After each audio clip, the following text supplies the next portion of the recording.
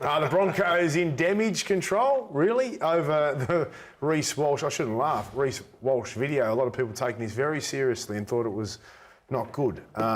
You can probably... A social media post? You can get an idea of how I feel about this by the way I just delivered that. But what do you guys think of this incident with Reece Walsh? Aren't they best mates? At a birthday party? Doing it for TikTok? Storm in a teacup, Goody. I think he's only got the big 16-ounce gloves on. That's his best mate as well. He does get him flush in the eardrum, I will say that. But yeah, At least the footy's on in the background. I've seen a lot worse than that most Friday nights, so I didn't think there was too much in it. I think we've all done worse than this, let's be honest. Now, I think But we haven't posted it, right? That's the post. It's And just then the I'm not worried optics about of it, all, but if right? they're consistent... What should happen to him then, Gordy? They're not doing anything to him. But what I was surprised... Reece runs that club. What I was surprised was that the club was really upset about it and on the front foot about it and not happy with it. And normally with a situation like this, they'd defend the player and they'd come out and say, you know what, slap on the wrist, we don't like it, not a good look, but really, is it the end of the world? But they were quite staunch on their reaction, weren't they? I think they've had to be brave off the back of... They parted ways with Marty Tapau last week for liking an Instagram post. So they've already waded into... Did he really get sacked for liking an Instagram post? Well, Can we clear this up? He didn't get sacked. He didn't get sacked, though. Well, no, they pushed him, they shoved him out the door. He didn't get sacked. They gave him his money. He got his money and he left. But it couldn't have been over liking an Instagram post. He didn't get sacked. Mate, he can't get sacked over that. He got booted out the door, right, because he realised he wasn't playing first grade. He'd fallen out of favour. I get all that, right? They gave him his money and left the club. Right? Yeah. He's not sacked. No, but they had to pay him out. Braith is asking, you're asking if that... Did he get sacked because of that Instagram? He obviously didn't. Hang on, Mick, I'll phrase it this way. So they throw you out the door or they ask you to leave and tell you you've had your last I get all drinks? that, right? But Braith, what was your question? Are you still kicked out? What was your question? Mick, was he forced out the door? You're still outside. I'll rephrase it. Was he forced out the door for liking an Instagram post? Of course, right? But there were a lot of other factors, right? Like, everyone's gone mad over this and just saying, oh, he's liked an Instagram post, he's been sacked, right? But there would have been a hell of a lot going on behind the scenes. There's obviously been a relationship that's been fractured. Well, they haven't come out and spoke about it. It's a bit like the Taylor May playing for the New South Wales and saying that he's missing tackles.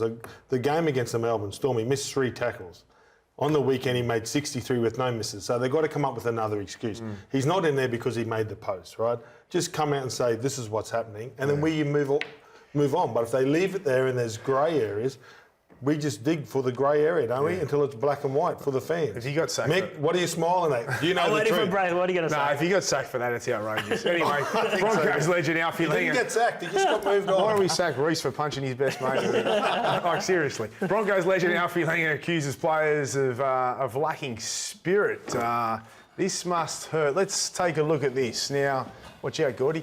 They are lacking team spirit at the moment. It's hard for the coaching staff or anyone outside the playing group. It's a tough one for Michael Maguire to answer because just seeing them against the Dragons, they aren't as competitive as I've seen them.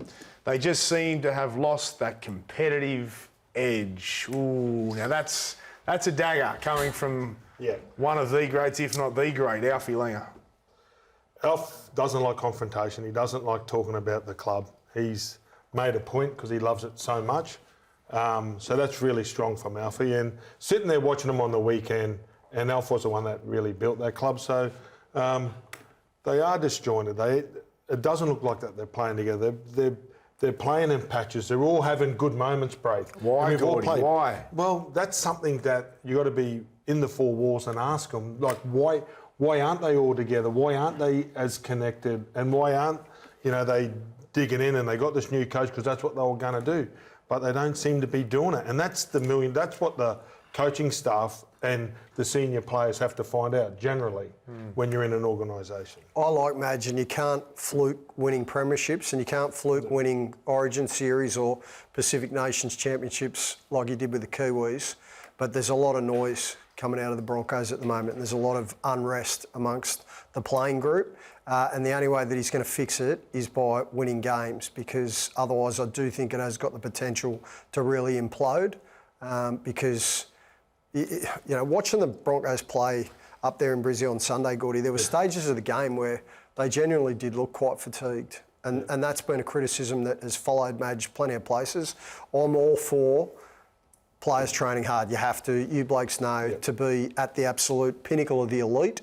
I think they look more mentally fatigued than physically. Yeah, Okay, well, they that coincide can be with all each part of other. it, yeah. They coincide with each other. So I'm not disagreeing or trying to shut it down. They just looked deer in the headlights a little. You know, like whenever they needed a certain moment or to come up with a certain play or more energy, or like they just looked stone faced. You know, you just saw Alfie and Renault, having a laugh about how tall they are and. Yeah, that's on the field. You don't see any of that. Like you haven't seen them smile barely. You know, it's You are allowed to enjoy it. It is rugby. You have to enjoy it. It is a sport. You have to enjoy it. It is a for what game. they You are. work hard, but you got to really enjoy what you do. And all the great sides, they sort of have a smile on their face. Like the Dogs, they enjoy working really hard for each other. Like you watch the Raiders really enjoy going to the contest. Brisbane, it's like it's a chore for them at the moment. Everything that they do, it's like there's a price on it. Yeah. You mentioned the noise, Hoops. Is the noise all around the players towards the coach or towards the club? I think it's a bit of both. I mean, the decision makers up the top are ultimately going to be accountable because they're the ones who decided to sack Kevy Walters, and they brought Madge in because they thought they needed a steelier edge and they needed better discipline around the place. Whether that's come to fruition or not remains to be seen. But certainly from what I've heard amongst the players, there are rumblings that it isn't an entirely happy camp That's at the nothing moment. new up there. It's not, but I think given their roster, it's a damn good roster. To me, that's a premiership winning roster, and I'm surprised. After the way they started the season and the way they beat the Bulldogs and the way they beat the Roosters, I thought they were clear signs they were going to be a top four team. Now, with the way it's unfolded, I'm not so sure. It wasn't the reason, or part of the reason around Kevy getting sacked was the club doing a player review. That was reverse engineered. The club didn't want to make the decision, and the players are dirty about that. For being blamed The players that I spoke are dirty that they got blamed for it. The club should have come out and owned that decision. The club should have come out. They shouldn't have put that on the players. That explains a lot. And I think that's unfair to put that on the players.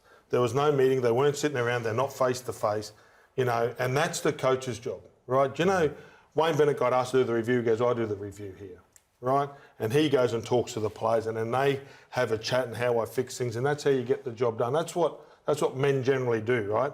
Winners get in groups and they talk about it, and losers, I don't know what they do, right? But Have meetings. yeah, well, I don't know. But you know what I mean? And that's probably what didn't happen. But I know that's something that's come out, that the players didn't want to be taking the brunt of losing their coach, right? Because up there, Wayne Bennett wasn't good enough, Seabolt wasn't good enough, and the players sort of kept on getting blamed, and they're probably thinking, hey, it's not all us here, right?